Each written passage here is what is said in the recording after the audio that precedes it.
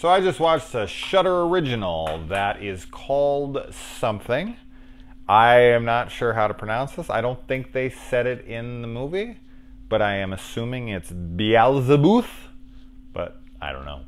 I mean, if they said it in the movie, it was in a different language and I didn't catch it in the moment and they translated it to what it actually means. I can only assume this is like Beelzebub, but that's not how that's spelled, right? So, because that's a name for Satan. I don't know. Anyways, okay, so this is a Spanish-English film. It's kind of half Spanish, half English, set in Mexico. And let me tell you something, man. Tobin Bell is in this, by the way, so fans of Tobin Bell out there. He plays a fairly significant role. I mean, he's very significant to the plot, but I want to say just screen time. He's got a decent part in this. This movie has an absolutely shocking opening. Like, I sat there like, wow, that's one of the most shocking openings I've seen in a movie. Now, it's not overly graphic by any means. In fact, I don't know if there's almost any gore. There's like one single gore effect.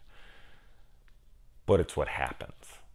I was like, damn. And then from there, for like the first maybe 40 minutes of this movie, it's just a lot of really, really dark events happening one after the other. Just shocking shit. You're like, damn, this is almost depressing. It's so messed up.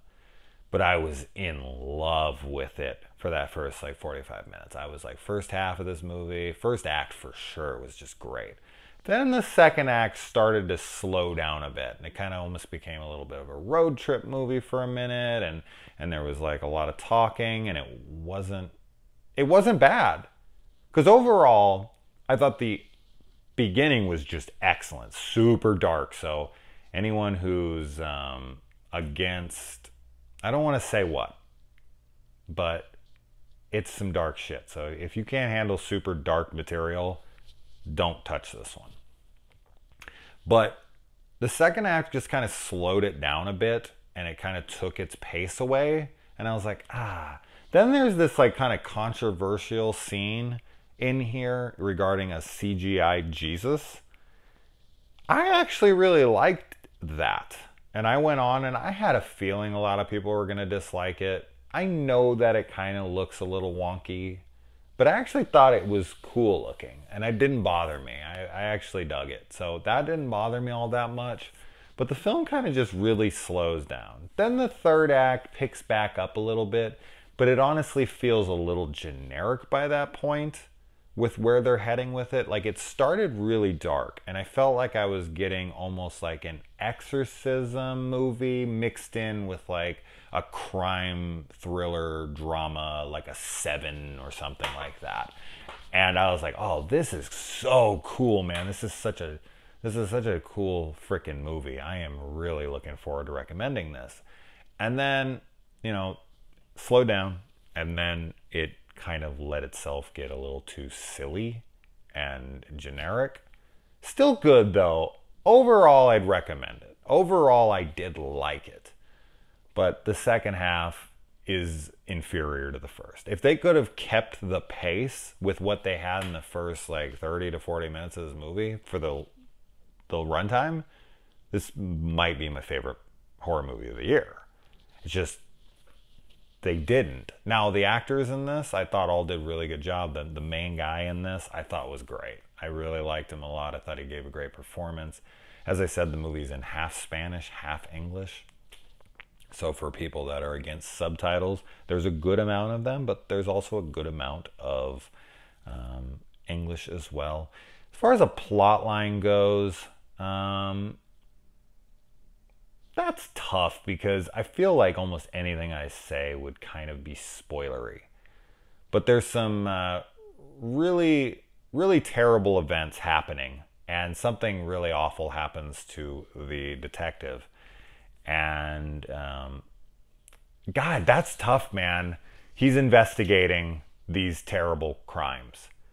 And from there, he runs into like essentially like a paranormal investigation team, which he of course thinks is bullshit. And the further they dig into this, the more the facts and the evidence are coming to light that this is really something supernatural. That's the best I can do without giving away much. But it is on Shudder. I thought it was really well shot, really well acted. The first I've went over all of this stuff. I think it's worth your time, but people are kind of having the same response from what I saw after I'd finished it. I kind of went around and I looked, and it was like most people had the same kind of feeling of like the last half of the movie really kind of lost it for them. It didn't lose me completely. I still was in it, and a lot of that had to do with how invested I was from the first act. And I felt like the characters carried it good.